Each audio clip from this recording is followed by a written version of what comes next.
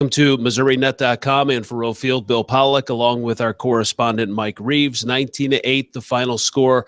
Mizzou loses in their final home game of the year and the final game for 21 seniors at Faurot Field. And, of course, the final home game for head coach Gary Pinkel, not the way they wanted to go out. What was your impression of him during the post-game press conference?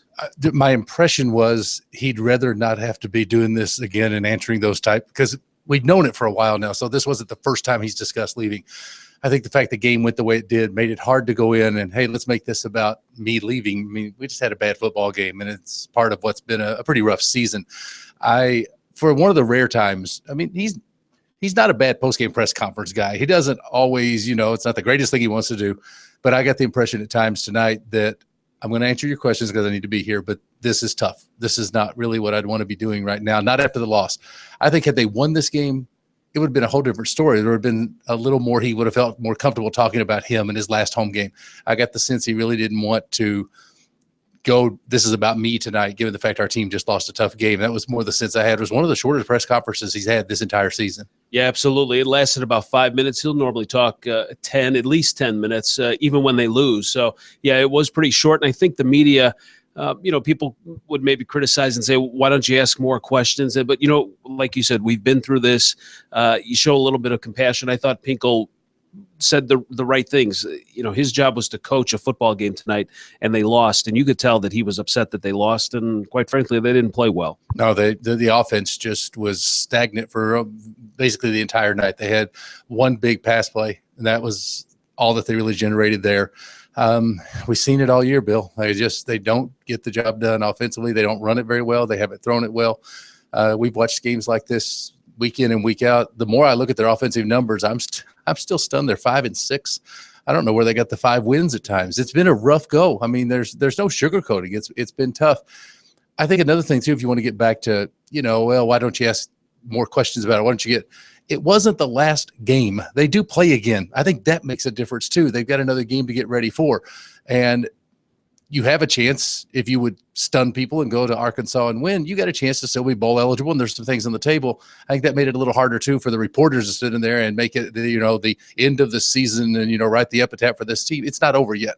And with that being said, they got to do something in week 12 we haven't seen in 11 weeks. They got to find a way to score some points. And I don't know how that happens at Arkansas, and especially as many points as Arkansas is now scoring, you can't get in a shootout with them. And with all that being said, what we watched tonight, Bill, is what we've been watching all year, and there wasn't any reason to think it would be a lot different.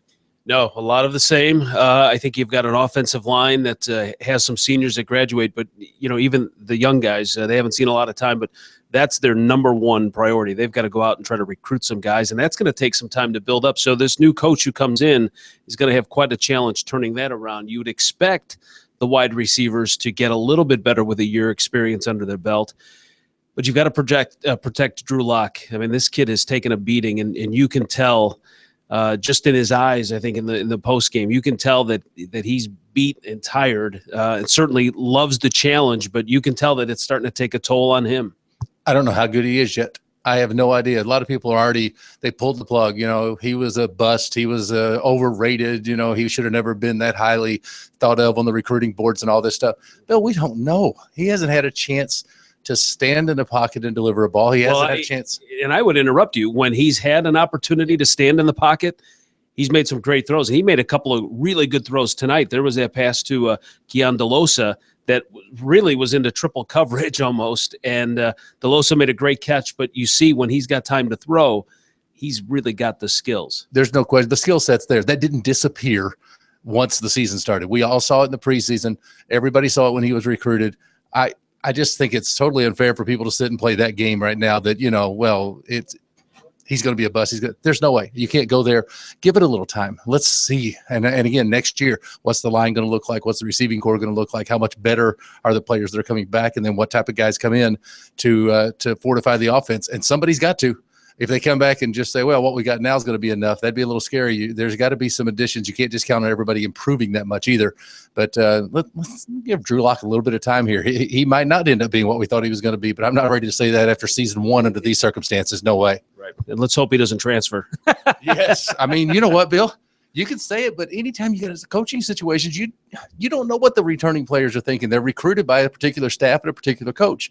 And granted, these circumstances are unique as to why the head coach is leaving, but it's not silly to at least throw out there, well, will some guys prefer to test the waters elsewhere and go on because they signed on here to play for a particular coach, and that coach won't be around. And we've seen it before. I mean, sometimes under different circumstances, but you've seen it. I don't think that is incredibly far-fetched. There's been nothing to talk about, so please, folks, don't sit there and go that we're starting that he's going to leave. No. Nothing to that point, but it's silly to not think that some players that are, underclassmen wouldn't consider it. You hope not. You hope the players would like what they've got going here, but it's happened at other universities before. Missouri's not, going to be immune to that whatsoever. We'll see how that plays out, and it is something to keep an eye on in the offseason with all the players that are returning. Well, I think best case scenario for Mizzou in this football program moving forward is that they go out and find themselves a head coach that has perhaps an offensive background, and then you do everything you can to keep Barry Odom in place. And I think that's the best case scenario for this program as they move forward. So one more game left. You never know what can happen. A chance to get to 6-6. It's going to be a tough uphill climb at Arkansas, but if they do that, they become bowl eligible. And then Gary Pinkel has one more game. So, Mike, thanks a lot for your time, and we appreciate your coverage this season, and we'll see what happens this final week. Sometimes the seasons aren't as good as you'd like them to be in the win-loss column, and we have more fun covering winning teams. We're not going to lie to you. It's more fun to watch the team succeed. It hasn't happened so much this year, but our job is still to come watch football and call it a job and get a paycheck for it. I won't complain. Great working with you again this year. We'll do it again next season. Yep, that sounds good. For more coverage, go to MissouriNet.com, and we'll talk to you again soon. Thanks for watching.